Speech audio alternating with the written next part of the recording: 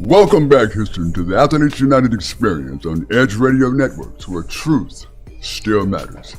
I'm your host, Big Mel, and to my immediate left is my very own blood, former Houston Rocket and global competitor turned entrepreneur, Mr. Lorenzo Johnson, whom I refer to affectionately as Big Sonny. Say hello to the fans, Big Sonny. Hello. We're going to have a great show today. We're always delighted to deliver our weekly podcast on this network and engage so many fans to tune in. Sonny, as you know, this show has always, since inception, lauded community activism, not just in the body politic, but social services as well, and human interests as well. And we promote that, we stand for that. And social caring, as you know, and your association with NBA and my association with NBA, has always been a part of an athlete's life, has always been something athletes are associated with. So, our first guest has founded an org that is focused on helping seniors navigate daily living.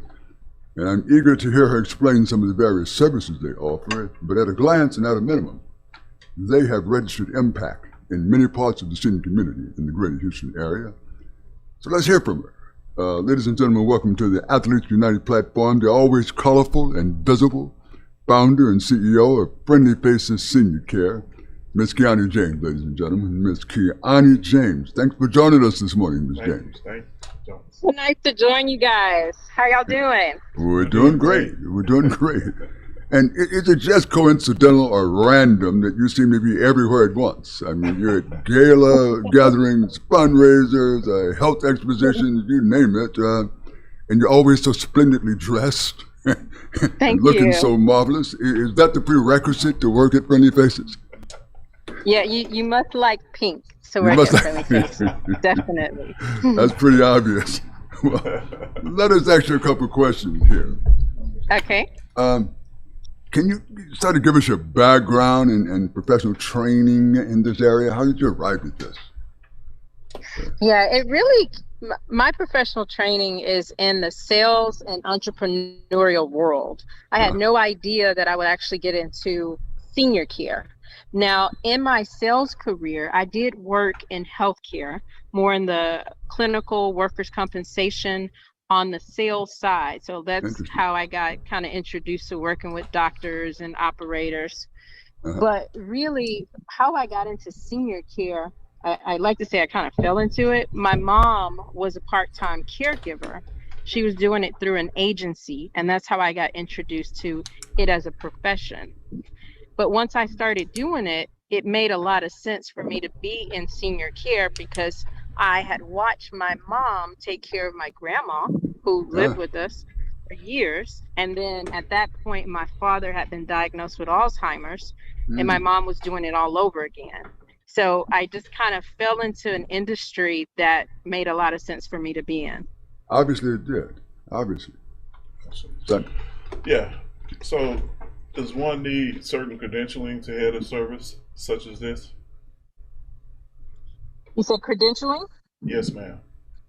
So in Texas, you must be licensed in order to do this as a business. It's not that case in every state. It is in Texas. Texas is heavily regulated and extremely strict. The caregivers themselves do not have to be licensed, although many of them are what's called certified nurse assistants. But for an agency and to make money doing this, you have to be licensed and registered with the state of Texas. So your business is incorporated and are a Texas Corp, as they will, huh? All right, great. Yes. Kiana, your business is also service-oriented, but is it very much so. Very much so. Is it capital-intensive also? I mean, is this the kind of business that must be infused with cash weekly? I mean, you have a payroll and accounting, I'm sure. A very high payroll, extremely high payroll. Yes. But on the caregiver side, the caregivers pretty much, you bill for the services and the caregivers go. So when you run into needing a lot more capital, it's more so on the administrative side where you're not necessarily going to make sales from those efforts. So when I got started, I had little capital because I did it on my own, no outside investors. Sure. So it actually took me a lot longer to grow because I did it on my own. Whereas if you were to come into this industry and buy like a franchise, they are very, very strict and they insist that you have a quite large capital. Huh. How are you able to publicize your art? I mean, there's a lot of competing interests out there. There's a lot of people doing this kind of stuff. Somehow you made a breakthrough. It's so many competitors in this industry Yeah. on the private side, and that makes it hard because we don't rely on government assistance. So it's not Medicaid. It's people paying out of their pocket. A very niche Wow. mark, and a lot of people can't afford it, unfortunately, although it's a great service. So it's very, very highly competitive. Now, with my background being sales and marketing, that's just something that I love and just do natural. That gave me a competitive advantage, I would say, Yeah. because I knew from having a career in sales since 2003, you have to stay relevant. You have to stay in front of people constantly. You Well, I can't mean, slack on that. So that's something that I have continuously done. When I got into senior care, nobody knew me. And they were like, who is this girl? And I just flew on the scene and I'm wearing pink and I'm everywhere and I'm documenting it online. And so many people would always tell me, oh my gosh, you're everywhere. How can you be everywhere? And I'm like, yeah, I need a clone.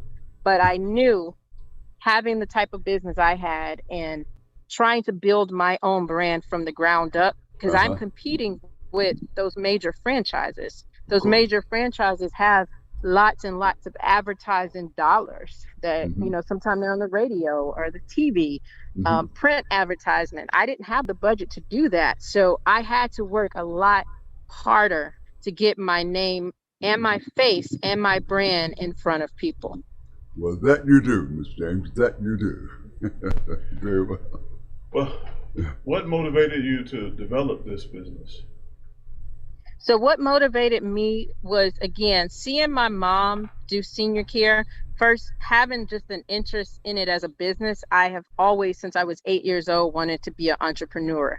And I graduated from the Wolf Center for Entrepreneurship at the University of Houston, which is actually the #1 program in the whole country. So I had a really good background in training and entrepreneurial efforts. But when I got out of college, I didn't know exactly what I wanted to do. I had a whole bunch of ideas. So when I learned about this as a profession, it made a lot of sense to me because I'm very passionate for the elderly. Uh-huh. I helped my mom to take care of my grandmother, who lived to be 91 and was able to stay in the home. So she never had to go into rehab. She never had to go into a nursing home, which is very, very rare.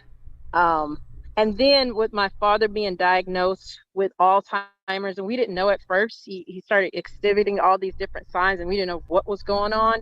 But to later learn that he had Alzheimer's and then we're doing it all over again, Mm-hmm. caregiving, Uh-huh. it was something that was just very, very natural. And then when I got into the industry and was able to concentrate on the private pay side, so I don't really have to worry about all like the Medicare and insurance regulations, I can really focus on the quality.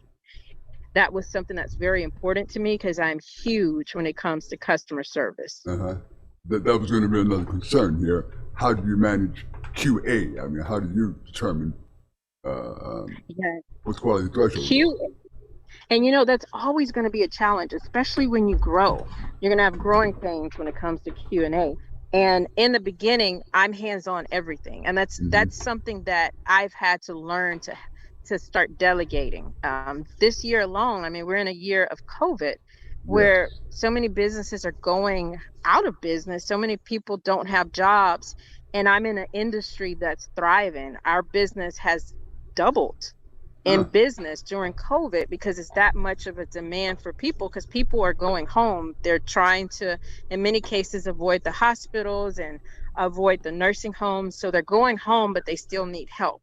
Sure. So that is in itself going to be challenges because as you get larger, you can't have your hand on everything. So the delegation for me is what I'm still working on, but what's helping me to be able to control those Q&A, because knowing that I can't be everywhere and know everything, but having and hiring good key people that are going to do things the way I do it, maybe not exact, and that's okay, Mm-hmm. but hiring good people and allowing them to take ownership of certain things within the company so that we can control that Q&A. So your selection process for people or contractors and whom are hired to associate with you must be pretty stringent. Thank Yeah. you. So is this business cyclical at all? I mean, does it go up and down? You mentioned the COVID effect, but prior to COVID, is it a cyclical kind of business that has its ebbs, if you will, and flows? I think it really depends. So there Uh-huh. are a lot of business owners in this industry that really struggle. It's a very hard business to run. I know a lot of people, they get a sum of money, however they get it, and there are people that are trying to sell them franchises, and they say, hey, get into senior care, it's a booming market, which it is, and people get in and they leave within a year. Hard business to Uh-huh. run and manage. So it can be hard. For me, my personal experience, it took a lot longer than what it should for me to get to the point that I'm at. But that was almost deliberate because I had low capital. I did it on my own. I didn't have outside investors, which means how I call it, I piecemealed my business together. So I wore a lot of hats in the beginning to get my business up. And I bet they were all Which- pink. Yeah, it saves money in the beginning, but it really does cost you more because then you can't do as much. I see. So now, like with us, we were already on track as far as growing prior to COVID. And then after COVID, it's just really boomed. Uh-huh. Well, you mentioned wearing a lot of hats, and I'm certain it was necessary, but tell us, were they all pink? Most of them. That's great. Go for it, son. All right. So senior care has become an industry in and of itself. So how does your service add value to the entire genre? Yeah, this is something I did not know about. I guess I never thought about it because we weren't faced with it. I didn't even know, you could hire somebody to come into your home. I guess I just hadn't thought about it. It's such a needed service. The whole fact that most people want to stay at home. Most people don't want to have to go into a facility or a hospital, and some may have to, and that might be the practical and reasonable thing. But for those who can afford to stay at home, it's a great option. We're with people many times when they get out of rehab or hospital, and we'll stay with them until they pass, and they will pass in the home. And for so many people, that's what their goal is. That's what they want. I want to die in my home. I don't want to die in a hospital. So we're able to give that to people. And then for many seniors, we're able just to give them more independence. So a lot of times I'll tell seniors, because a lot of them are very hesitant to get services or even to ask for help or even to admit that they need help. Sure. So I'll tell a lot of seniors, give up just a little bit of your independence so you can hold on to a lot more. Because if that senior refuses help, doesn't want to go into a facility, doesn't want anyone helping them, they're fine on their own, what will happen is all it takes is one fall, and then now they're at such an advanced state where they're in the hospital and they may never come out, or they have to be put into a nursing home. So when they get that help from a caregiver, we are able to, one, extend the life of a lot of seniors because we're putting in proper care plans, and then giving them more freedom and independence that they need and that they want, and letting them be able to stay in there. Indeed. It's 13 minutes after the hour. We're talking with Ms. Kiana James of Friendly Faces Senior Care. And we're going to be right back with her. We have some more important questions to ask her after these commercial messages.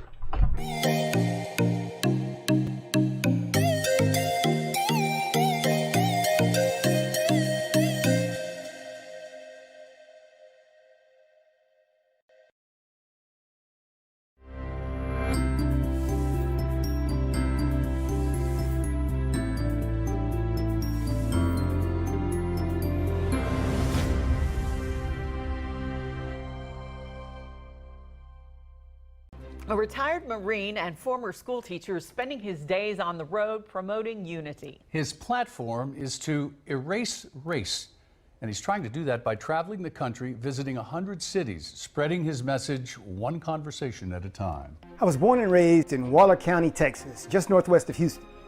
As a child of the 60s civil rights era, I lived in a city that was probably 100% black at the time, and that city, Prairie View, Texas, had an educational background that far exceeded the national average.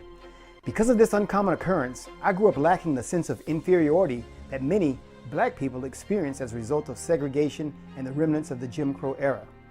In Prairie View, the smartest and most able and capable people the children of that city saw daily were always black. After integration in 1969, I grew up with friends from a variety of ethnic backgrounds, and this continued to expand as I went to college, and my circle of deep relationships continued to grow with football teammates from various parts of Texas and the country, and then expanded even more after I joined the United States Marine Corps, where my relationships began to include foreign cultures and people with whom I never envisioned communicating. Today, after having visited and lived in the continents of Asia, Africa, and Europe, I am convinced that we are all far more alike than we could ever realize. Something has hindered that realization for others. Here in the United States of America, we have been plagued for hundreds of years with a concept called race. This concept would have us believe that we are fundamentally very different and our skin color makes us so.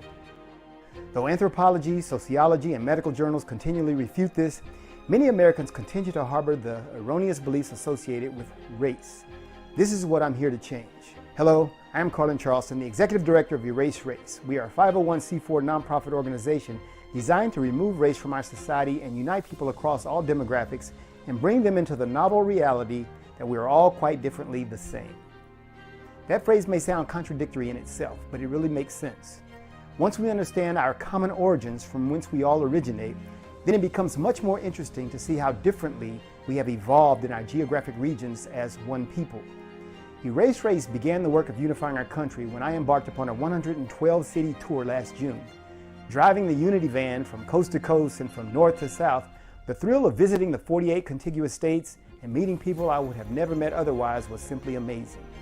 From Baton Rouge to Boston and from Philadelphia to Phoenix, I became more American every day as I met the people that make up this great country, and that is where I want to take you. This is city number 76. Shaking hands, visiting people and places, striving for unity as a human race. It has really been phenomenal. Number one, to travel the country and go to different places in our country and meet the people is what most Americans need to do. He said there have been surprising interactions, even poignant moments, stopping along sites of historic importance like the Liberty Bell and Harriet Tubman's home. He'll make his final stop in December, but his work will be far from done. Carlin's life is the American Unity Movement, and he's hopeful one day soon people truly won't be judged by the color of their skin, but by the content of their character. That's my vision, that we have people, and we can then respect people and live with people.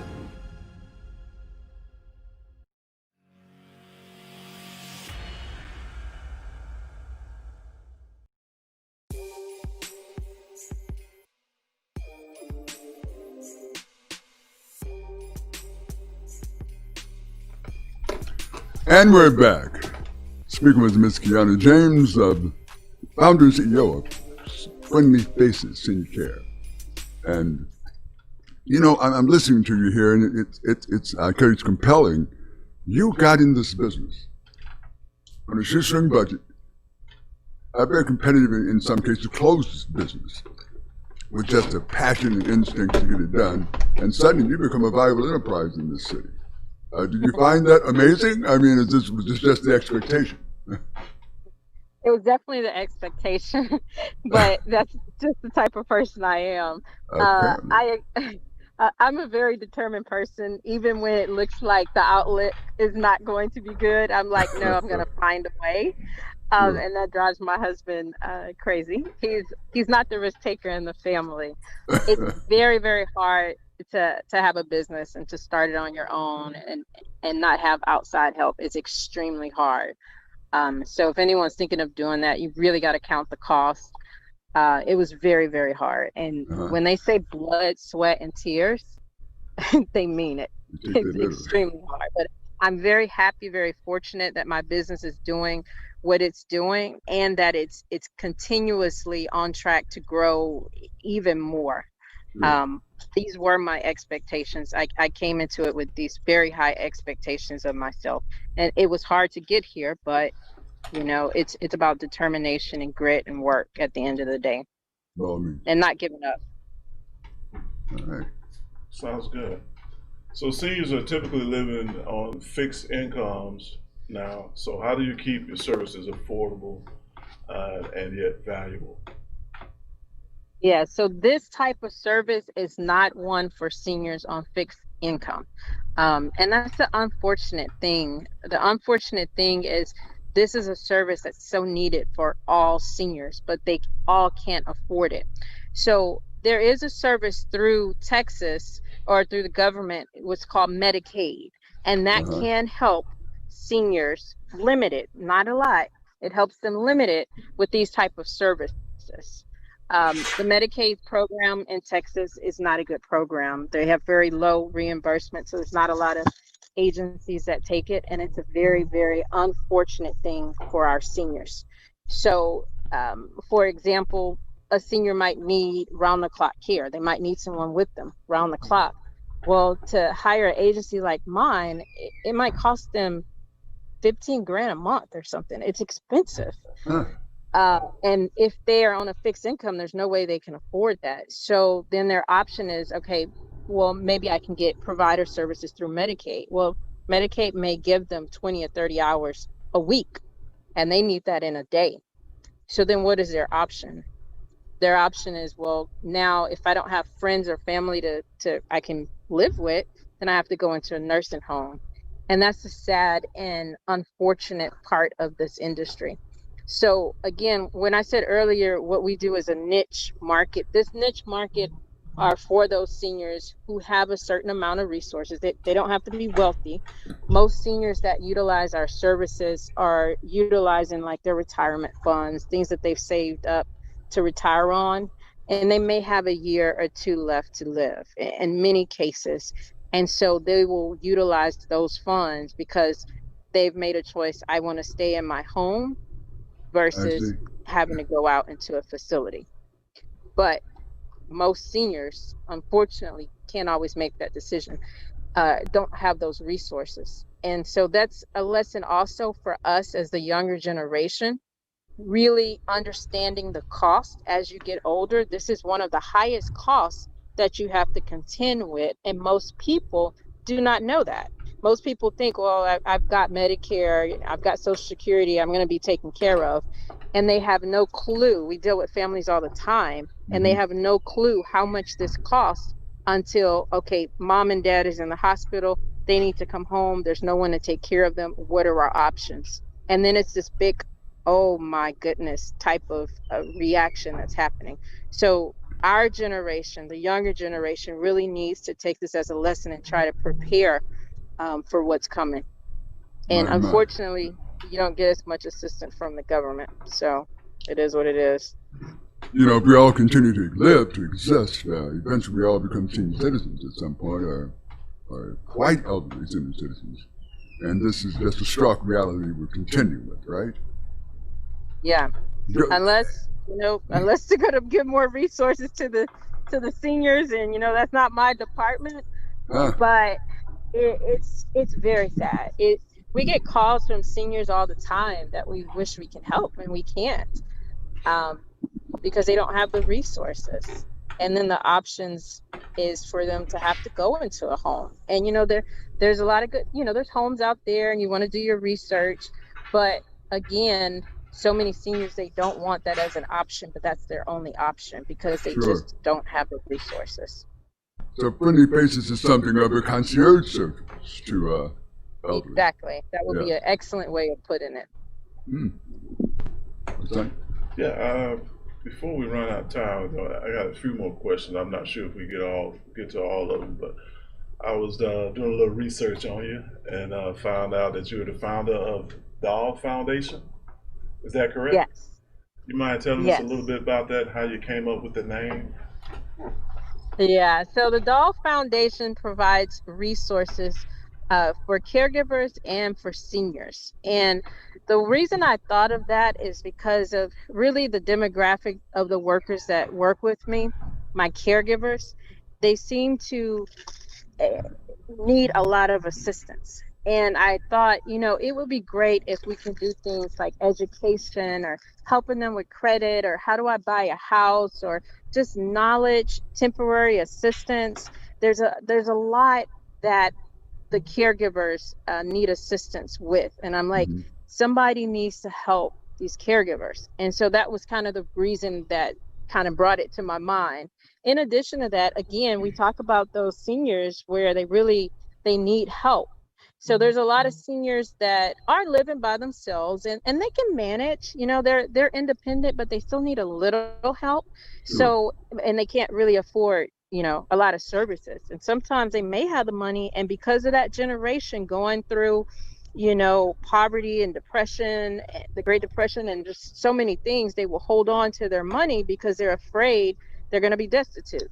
So wouldn't it be good if we could at least, we can't assist them fully, but maybe provide some type of resource to them, education, maybe, some food. We've done food drives and we've done drives to deliver things like blankets and things that the seniors might need. Now, as far as the name, the Doll Foundation, I talked about it in reference earlier about my grandmother, who's really my inspiration for this business. She lived to be 91 years old, 91. And my mom took care of her. She never went into a nursing home or rehab. And my mom she's an excellent caregiver. Her name was Mama Doll. So we called her Mama Doll. She's a little old feisty lady. And so I wanted to do something to really pay homage to her. And so I called it the Doll Foundation in her memory. That's Interesting. awesome. That's awesome. You got the next one? You built this business model, I guess, through a selection of ICs or contractual employees or associated services. Are there any W-2s associated with your? Yeah, they're all employees. This type of business, you really want to have employees. Really? There are some agencies that will have them as contractors. That's really frowned upon with the IRS. So you have to have a certain level of control over the employees, again, for quality assurance. So you really want them to be employees. Huh. Is there any recertification, retraining? I guess from time to time you obviously have to reset some of the expectations with these employees. Oh yeah, constant training is involved. The state of Texas, again, very strict, which is a good thing, and that's a good thing for the seniors. They have to do initial training. They have to be competent to be able to do the duties that are necessary.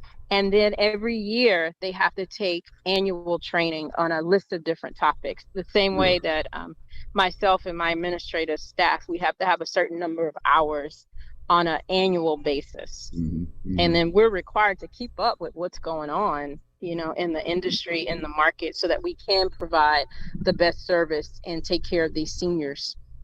And we really saw that illustrated this year during COVID, when we've had to adjust and create new policies and procedures and a lot of additional training as it pertains to COVID. Because one, we have to keep the caregivers safe. They're going into homes. They don't know if, families are infected, seniors are infected. Then we have to keep our seniors safe because they have caregivers coming into their homes. So this definitely has been a challenging year. Definitely. So some of the functions that you attend, some of the social gatherings, does it have something to do with driving awareness, driving your visibility in that community? Yeah, definitely. A lot of what I do is for the senior community. I'm huge on networking, and that's one of the ways that I really built my brand is through networking. But I'm really big on giving back. I love it, and so I get involved with a lot of philanthropic type of activities as well for a number of different causes, some senior related and others related to, again, a number of different causes. But Miss James, you're kicking the door in, baby. You're kicking the door in. We're proud of you. We're watching you. appreciate it. You're highly visible in all media platforms. And so congratulations once again for building what you know to be something necessary in the community, a kind of valuable service. And it seems like you're having a little fun at it. Yes, this is an awesome industry. Yes. You get to meet a lot of people. As you can tell, I am a social butterfly. So I sometimes I can't believe that this is how I make a living, going out and networking and talking with a bunch of people and getting assist elderly, and they're so precious. It's really enjoyable what I do. You bet. Will you come back sometime and update us as what else is going on out there? Huh? Definitely. Oh, good. That's good. And no doubt you'll be wearing pink. I probably will. Thank you once again. This is Miss Kiana James of Friendly Faces Senior Care in Houston area. And we're grateful to have her today. Thank you very much. And Thank you. we look forward to seeing you again. Bye-bye. Bye-bye. And we're out.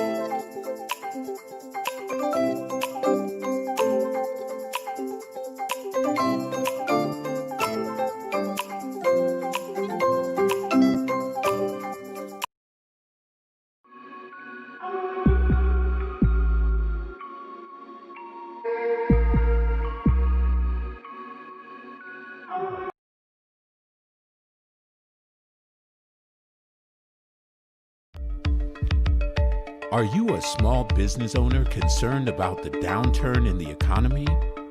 Top business leaders like Mattress Mac and Warren Buffett will tell you that now is the time to promote your business more than ever. People need your services. Your business needs an edge. Learn about special advertising packages for small businesses right here on Edge Radio. Find out more, give us a call at 281-744-0446. That's 281-744-0446. Edge, because truth still matters.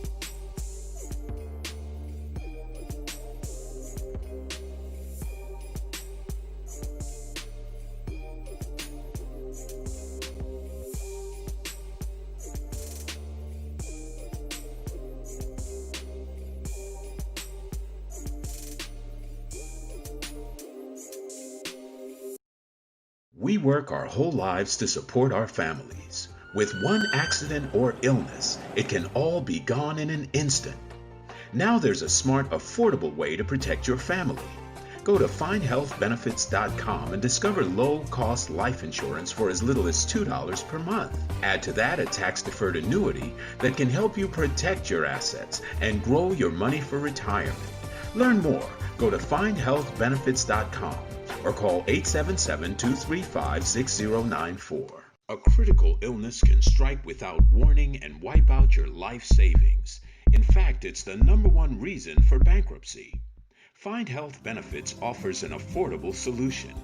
Get up to $50,000 if you get cancer, stroke, or a heart attack, giving you the peace of mind to focus on getting better while the plan helps you to pay your bills and medical expenses. Learn more. Go to findhealthbenefits.com or call 877-235-6094. 66% of seniors spend more time shopping for cable TV than Medicare plans. Most say because it's just too confusing.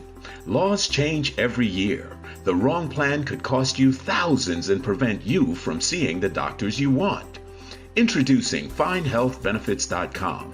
Save time, save money, see specialists without referrals. Go to FindHealthBenefits.com or call 877-235-6094 for this informative brochure. Society is on the edge.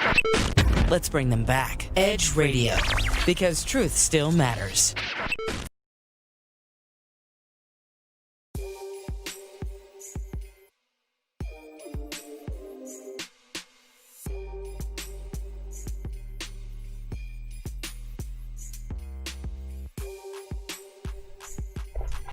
Welcome, Houston, once again to Athletes United Experience here on Edge Radio Sports Network, where truth still matters. I'm your host, Big Sonny, today, and I'm joined by one of the most intriguing former professional athletes in the sports world, broadcasting world, our very own Dr. KJ. Say hello to the viewers today. Thank you. Hello, hello. Well, we have a purposeful program today as we're speaking to some young, outstanding athletes who not only embody the very spirit of how good women's game has become, but sort of define a new space that's emerging with athletes, and it turns towards community leadership, lending their support to things beyond basketball and becoming more vocal on social matters. It's a powerful combo of styles, and it's distinguished them as a new era of activism. That said, the game is still the centerpiece of what they do and how they choose to express their athletic gifts. Next up, we have a young lady joining us today from the Clutch City itself, the big H-Town. All right, H-Town. Give it up for H-Town. She comes with rich basketball credentials. Herself as an outstanding baller, accomplished coach in the Universal Basketball Association of Professional League of ex-college players, and she's gained a lot of acclaim in the area of creating some good buzz. So please help us welcome to the stage another inaugural member of Athletes United, Houston's very own Nicolia Deuce Jackson. Welcome, Coach. Thank you so much for having me. All right, let's get right into it. First off, please explain to us the origin of the tag name Deuce. Well, it's actually a funny story. It came from my basketball number, for one. My original number was number 12. But, in high school, when you take pictures, you gotta have your uniform. And I've always been forgetful, so I left my uniform at home. So the extra one was number 22. And, me being the girl, I look so good in the number, I just kept it. So, and then in college, it just stuck. Deuces, two, deuce, because I'm also a double on the floor, no cap. So it just kind of stuck after that. So there you go. I like that. You exude a lot of confidence with that. You said deuce, double. I mean, I like it. Double trouble. Yeah, I like that. I mean, first thing he came to mind, she was like, "Hey, I got the wrong number. I don't have what I need, it was meant to but be. I'm gonna still rock it though." I like that. Well, confidence though. Yeah. Definitely elevated my game, because I had a rule 12, to score at least 12 points. So when you go up to 20, you gotta raise your stats up. So it was also a goal that mentally set for myself too. So setting the bar high, huh? Yeah, Yep. yeah. Really I like it. I'm gonna jump on into the next question here. So where did you compete in high school, and what went into the decision to attend college? A college that you well, I went to high school at Cypress Springs High School. That's in Cyfair. Shout out to Cypress. And shout out to Cypress. yes, sir. And I am a class of 08, and that class was definitely tough. We have ladies who still in the WNBA, came out of that class in that area. You have the Bloom K sisters, who one is now the WNBA president. You have Sydney Colson, she played at West Side, and she's in Chicago Sky, and you got Freedom Christmas, who also played in Cyfair and AAU, and she's in Dallas Wings. So, and of course everyone knows Brittany Grinder from Houston. So that whole class in the area was very, very tough. So what made me go to JUCO, however, was my senior year. I just didn't really know, like I said, all the talent. So God gave me an opportunity at JUCO, and thank God for Coach Semesco at Florida Gulf Coast University, class of 12. They're still doing their thing as well. And he saw me at the scrimmage my sophomore year, and he signed me on the dot. So that's how I landed in D1, and the rest is history after that. Right. So it started at Florida Gulf Coast. Let's make sure we get them props. What's Florida, the name of it? Florida Gulf Coast University, yeah. Right, okay. And they're actually on a 10-year streak right now of winning the conference, so since 2012. Did you say 10 years? 10 years in a row. Wow. Winning conference? Winning conference. Ladies and gentlemen, that deserves a round of applause right there. Wow. So, yes, sir. So, obviously, when you were there, did you win? Yeah, my class was actually the very first class to go to the NCAA tournament.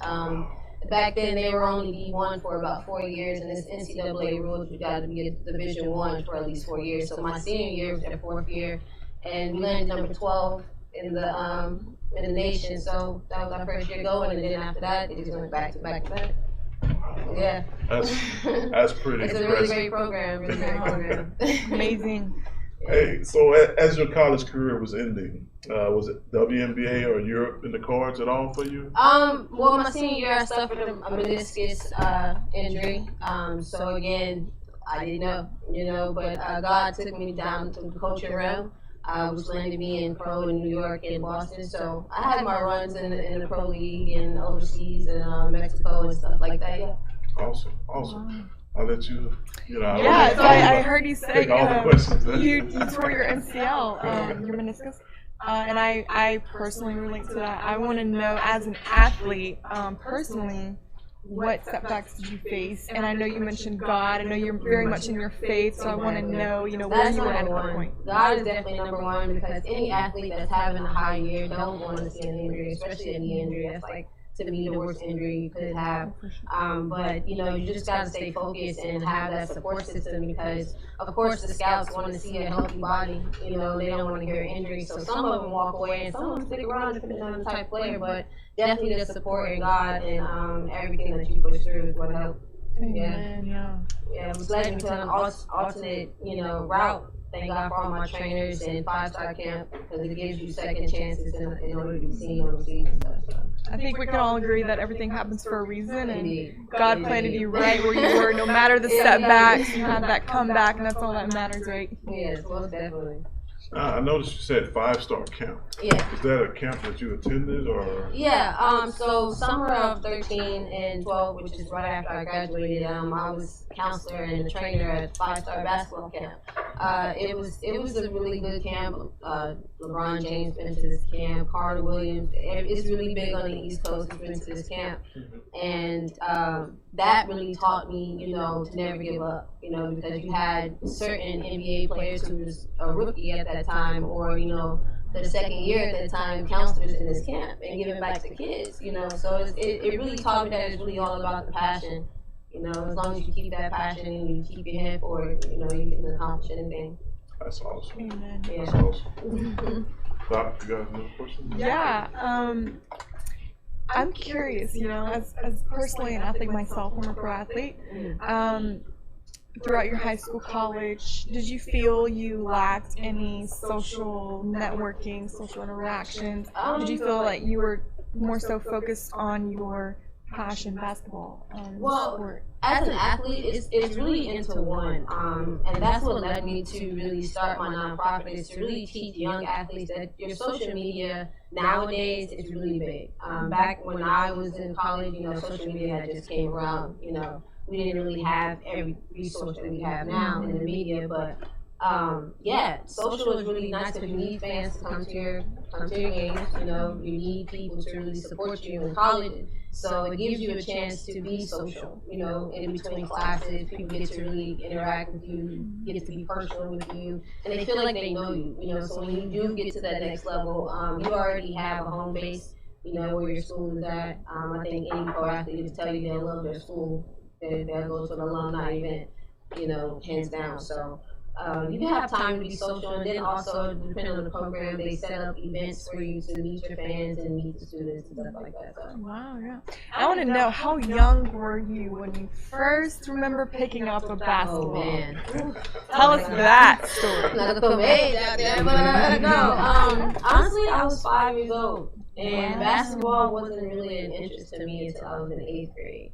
But I picked it up at 5. To me, it wasn't basketball. It was just time with my dad. You know what I'm saying? He would always have a goal in the back. My grandma had a diner, and he would always shoot hoops in the back when he should be taking the trash out, or something like that. So it was really a keep away game for me, and that's what really got me into it once I got older. To really understand what I was doing at a young age. So your pops got you into it. Yeah. My dad. Shout out to pops. Right. That's awesome. So I guess I'll jump to the next question. So now, according to your background, you sometimes function as a player coach. Tell us about that. Yeah, I've been coaching for 7 years, all levels, high school, college, pro, and to me, it really connects you with the players. Like I stated earlier, this generation is definitely different from when I grew up. Normally, a coach will tell you something and you do it. Nowadays, it's like if the coach doesn't, they feel like if the coach can't beat me, I'm not listening to you. So I just feel like, well, let me get out here and show you that I'm still old and you should be pushing yourself harder. So to me, it teaches effort without me having to speak it. That's awesome. That's awesome. Well, I guess it's about time for us to. We have 3 more minutes. Okay. All right. You got one more question before we go on the break? We got time for one more. Anything else you want to tell us? Where you came from, who you are, any advice to any basketball, wannabe basketball player? Well, what led me back home, actually, like I spoke of Uplift National, I started a nonprofit for me to actually give back the knowledge of my experience and to really shed a light on other athletes that's taking other paths like I have to give the youth knowledge, because one thing that you need going after your dreams as an athlete and in the sports industry is the knowledge, of who to connect to, what school is good for you, what route is good for you. So that's what led me back here and helped me start these leagues and women's leagues and men's leagues. So I can really just help my city out and really teach young athletes, to never give up and to always research. I love that. I love that. So you're taking basically what you've learned throughout these years as a basketball player, and you are helping other people. Right. Showing them that, everything doesn't have to go one way. Even if it doesn't go that way, you can still push through another way. I love that. My next question, can you explain to our viewers what the UBA is and how it fits into the genre of sports? Well, the WUBA is exactly what I just said. It's another way. You have former WNBA players who are in this league on the other side, and it just really shows that there's still eyes and there's still a chance for you to go out there and show people what you really have. The WNBA is live. It's in California. To me, it's really the D League to the WNBA. Like I stated, you have former WNBA players in there, and the competition is really high. Competition is really good. So I'm excited that Houston has a team there where we're breaking that chain, of a close minded. So you're currently playing on that team. Yes, right? yes, I am. You are. We actually have games this weekend in Humble. Okay. Yeah. That's on the Tasceta Road at 6 o'clock. And we're actually number 3 in the league right now. Wow, I hear you have a chance to make All-Star. Is that Yeah, correct? yeah. Voting last week was for the start of the All-Star, but I am in the I am in the All-Star on the All-Star team. Yes. Wow, very awesome. Congratulations. That's a huge accomplishment, Thank you so especially as an much. athlete. Thank you so much. Absolutely, absolutely. So I guess you want to go ahead and close this out. Thank you so much, guys, for having me here. It's been a great opportunity to speak about this, and I really appreciate it. Well, we want to thank you for coming on the show today. That's our time. We're going to get ready to close it out. Thank you for joining us today on Edge Radio Network with Athletes United. All right, where truth still matters. All right, guys. Have a wonderful rest of the day. We hope you enjoy this. All right, thank you.